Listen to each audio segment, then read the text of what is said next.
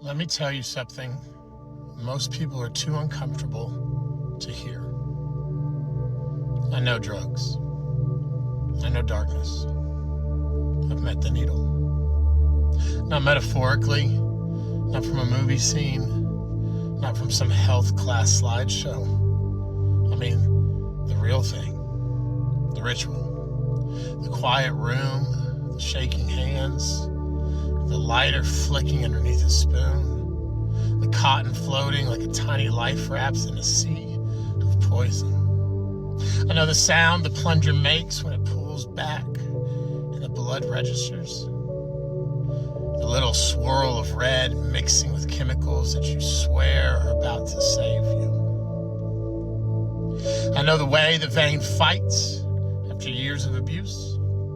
The digging, the tapping, the tying off. The whisper in your head saying, just one more. Just one more. See, I started with heroin, and then I stopped that. And the man I wore like a badge of honor. I bragged about it. Clean from heroin for 2 years. Clean from heroin for 3 years. Clean from heroin. Look how far I've come. But what I didn't say, what I didn't tell people, was that the needle never actually left my life. I just changed what was in it to cocaine and meth. Still tying off my arm, still chasing a vein like I owed me money, still pushing poison into my bloodstream like I was trying to outrun something that lived inside of my own chest. And all the while, I was drinking. Because addicts are incredible liars. Not just to the world, but to ourselves. I told people my life was together, that I had a job, I had a truck, my smile. That I'm doing better now speech. But behind closed doors, everything was collapsing. Relationships, trust, my mind, my soul. I was a man standing on the burning house telling everyone outside, don't worry, I've got the fire under control.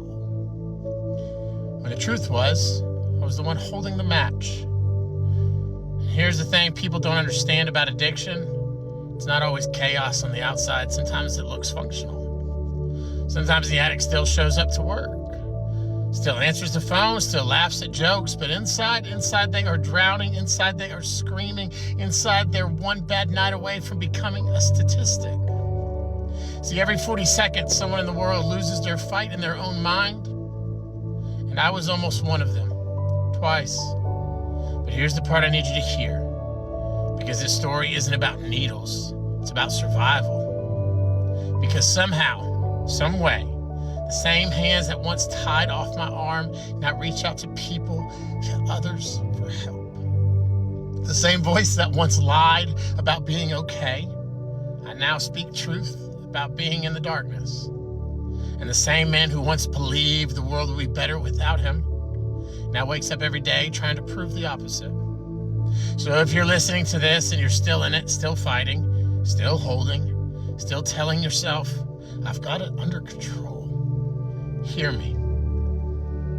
You're not alone. And your story does not have to end with a needle in your arm or a bottle in your hand. Because I've seen what happens when the mind changes, when the fight turns outward, when the pain becomes purpose, when survival becomes service. See, addiction may have written some of the chapters in my life, but it does not get to write the ending. And addiction does not get to write yours either. My name is Jaron. For 18 years, I struggled over and over again with trying to find the desire to lose drugs out of my life. Finally, in 2025, I started to rebuild. And I sit here today to tell you that you can too. May you find peace. May you find purpose. May you find freedom.